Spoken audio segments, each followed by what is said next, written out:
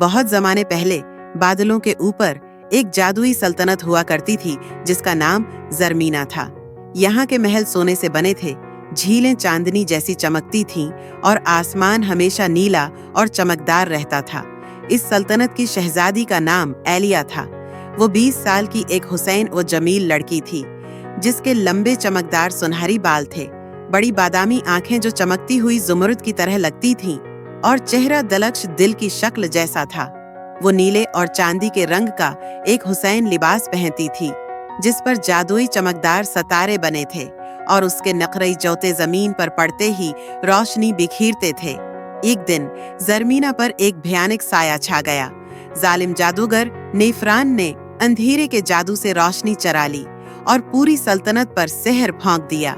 दरख्त मरझा गए, झीलों का पानी काला हो गया और आसमान गहरे बादलों से ढक गया। शहजादी एलिया ने अपने वालिदीन से अहद किया कि वो सल्तनत की रोशनी वापस लाएगी। उसे पता चला कि रोशनी का हेरा एक कदीम तलस्मी जंगल में छिपा हुआ था जहाँ कई खतरनाक मखलूकात हैं। पहरा देती थिंगिलिया अपनी बहादुरी के साथ इस जादुई जंगल में पहुंच गई।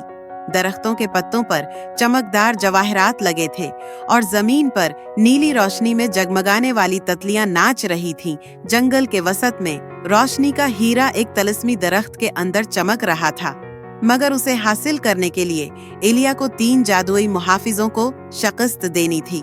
एलिया ने अपनी अक्ल और हिम्मत से मुहाफिजों को शिकस्त दे दी और रोशनी के हीरे को अपने हाथ में ले लिया।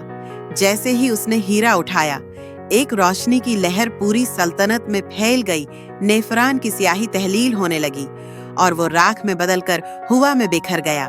ज़रमीना के महल फिर से रोशन हो गए, दरख्त सरसब्ज हो गए और सल्तनत में खुशियां वापस आ गईं। एलिया को रोशनी की मुहाफिज शहजादी का खिताब दिया गया और पूरी सल्तनत ने जश्न मनाया।